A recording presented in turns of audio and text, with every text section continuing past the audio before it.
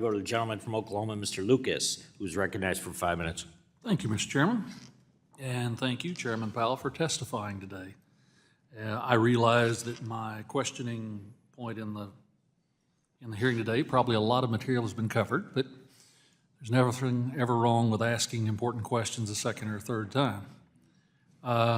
You've reiterated how members of the board would like to see a revised Boswell proposal put out for public comment, and you're working through the process with FDIC and OCC.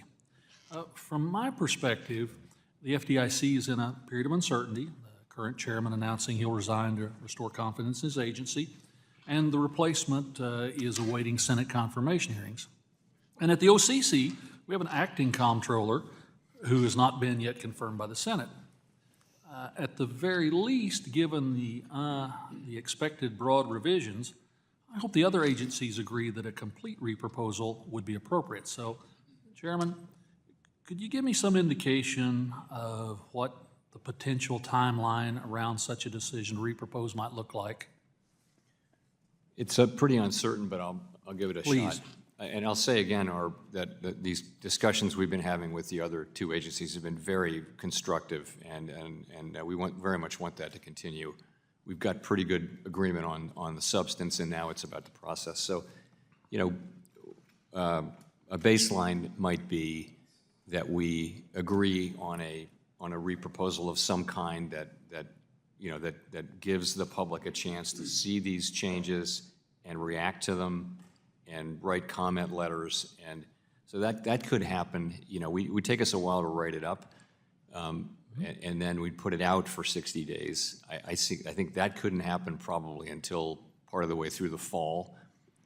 Then there would be, let's say, 60 days of comment, and we get the comments. We'd have to then evaluate the comments and think carefully about them.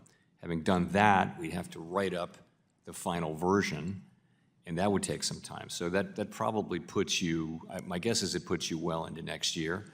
As I mentioned, these are rules that the banks are going to have to live with for a long time, and we need to get them right. It's not something we should be hurrying on. We need to take our time and get it right, and make sure that we hear the comments. This is a very big piece of regulation.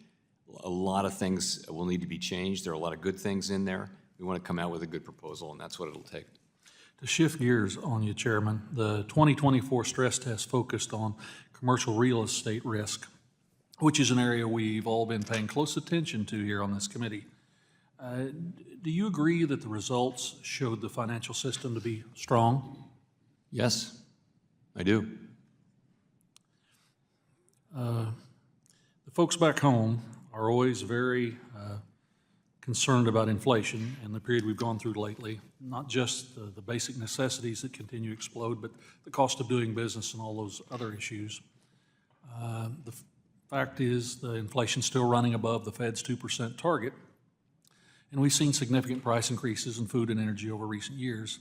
As you and I have discussed before, I started out as a young farmer in 1977 in that inflationary period during the Carter years. Then when we went through Chairman Volcker's rather, shall we say, dramatic tightening of monetary policy.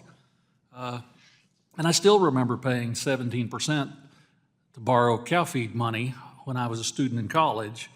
I was well collateralized, but that was a bargain in the fact that the cap was accessible. So I'm particularly sensitive, being a part of that generation, that if inflation isn't effectively dealt with, it can spiral out of control. Could you expand for a little bit more about your approach in dealing with inflation in a way that doesn't repeat the mistakes of the past? I just want to avoid the mistakes of the past. So I think